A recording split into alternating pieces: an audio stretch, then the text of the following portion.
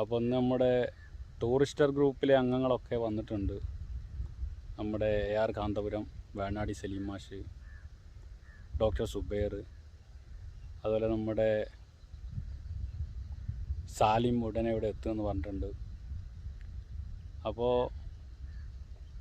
വളരെ സുന്ദരമായൊരു പ്രദേശമാണിത്.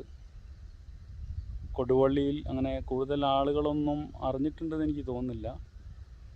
ഇവിടെ സന്ദർശകർ അവധി ദിനങ്ങളിൽ എത്താറുണ്ട്. ഇതൊരു സ്വകാര്യ വ്യക്തിയുടെ സ്ഥലമാണ്. അതാണ് വളരെ സുന്ദരമായൊരു പ്രദേശമാണിത്. അപ്പോൾ ഞാനതിൻ്റെ വ്യൂ